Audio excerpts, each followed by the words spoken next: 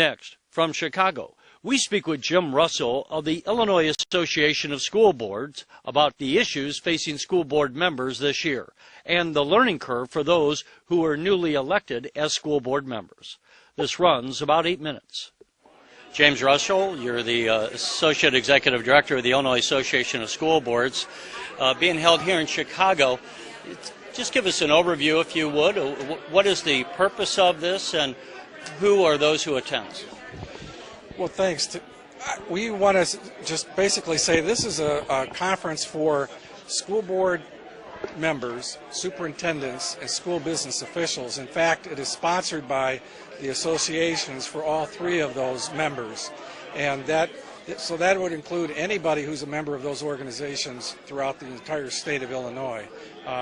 We anticipate having about 10,000 visitors here this year, and it's something that, again, would be not only including those people, but also school attorneys, regional superintendents, the professors of educational administration, a lot of exhibitors, and guests as well. You're involved in some aspects of putting together the conference, I would guess. How do you decide, or how is it decided what panels to have? What are the topics that people need to know? Well, we put out a formal request for proposals right after the conference ends, and then we solicit those from school districts. So a lot of local public school districts get the chance to draft a proposal and submit that, and to share their experiences and expertise with other neighboring, school board members. We also impanel experts from vendors, from our own staff, from other organizations who have, again, experiences that we think might give not just new school board members or new superintendents, but also people who maybe have been here for a long time, but they haven't faced maybe this particular issue or problem. And we have close to 115 panels over the course of 3 days, so they have a lot to pick from. I think a lot of times when people think of educational conferences, they think of teachers. We hear so much about teachers, and understandably so. But I think one of the interesting differences here is this is more the executive side, or the management side of education, if you will. Yes, this is the school management side, the other half of the equation of public education. It's equally important to the labor side of it, because these are the people who make the policy decisions that go into, giving the administration their orders, if you will, of for them then to implement what we want to happen in the schools. The school board's role is very limited. It's to hire a superintendent and then turn over by policy what they want and expect in their schools. So that's why conferences like this are important, because it's one of the very few times actually that all these people can get together at one place at one time and commingle and share, network, attend panel sessions, etc., so that they really feel like they're on, they're all part of that same equation, the management side of school business. It's probably like any industry too. When you talk to your counterparts, sometimes you might find out that you're not the only guy having that problem. Absolutely. If nothing else, the camaraderie that comes out of this, the friendships, and they last. I mean, it's not something that you just meet somebody one time. This recycles, and that's a great part of this. One of the byproducts that's unspoken, I guess, if you will, is that you make friendships in the course of public service, and then you continue those relationships for a very long time. There's probably a lot of people out there who have never ever thought of running for a school board. Who are the people that make up the school boards across the state? What walks of life are they from? Every walk of life. We have close to 6,000 elected school board members in Illinois.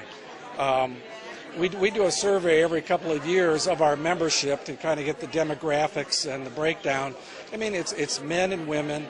It is certainly parents, but it's also non-parents. I mean, we have people who have been in their elected school board position, some for more than 40 years, Now, obviously, they don't have children in school anymore.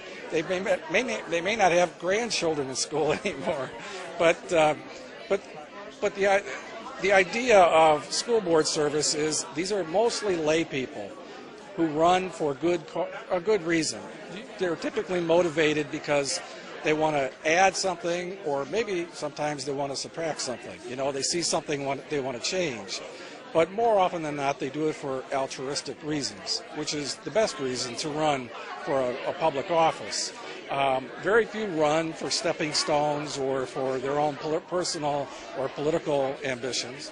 That's not the nature of school board service, unlike a lot of other elected offices. But we, as you know, we have school board elections coming up next year in April. It's every other year in an odd number of years. Most school boards will be electing 4 or 3 members to their school boards, or I should say the public will be, and we'll have a turnover typically of around 27%. So a good number of them do run again and continue their service more than just one 4-year term. And then in closing, if there's anyone out there who thinks, well, maybe I would, but maybe they're consider running, but they're intimidated by not necessarily knowing all the issues, would it be fair to say that your association is one of the reasons for it is to help those new members on school boards to come up to speed and educate them on the whys and wherefores? That is certainly one of our primary goals, is excellence in local school governance. We know that they have to hit the ground running.